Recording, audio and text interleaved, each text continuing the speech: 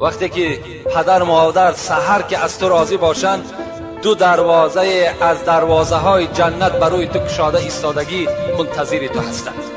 و من امسا مثل ذالک، اگر تا بیگه هم که راضی ایستند، رسول الله گفتند اون دروازه ها هم گشاده منتظر این فرزند هستند.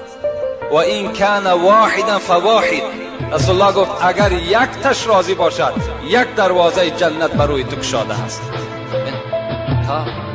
و اگر شخص سحر میخیزد در حالتی که مسخیتا لابویه، پدر و مادر از او راضی نیست، یعنی با او فرزند قهری هستند یا ملال هستند، رسول الله چی گفتند؟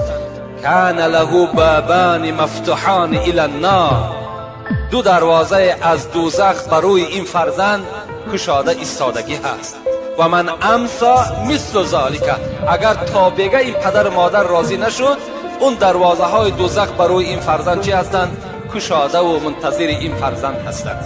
و این کان واحدا فواحد، اگر یکی همین هم غضبناک باشد، میگه ملال باشد، ناراضی باشد، یک دروازه دوزخ برای این فرزند منتظر است.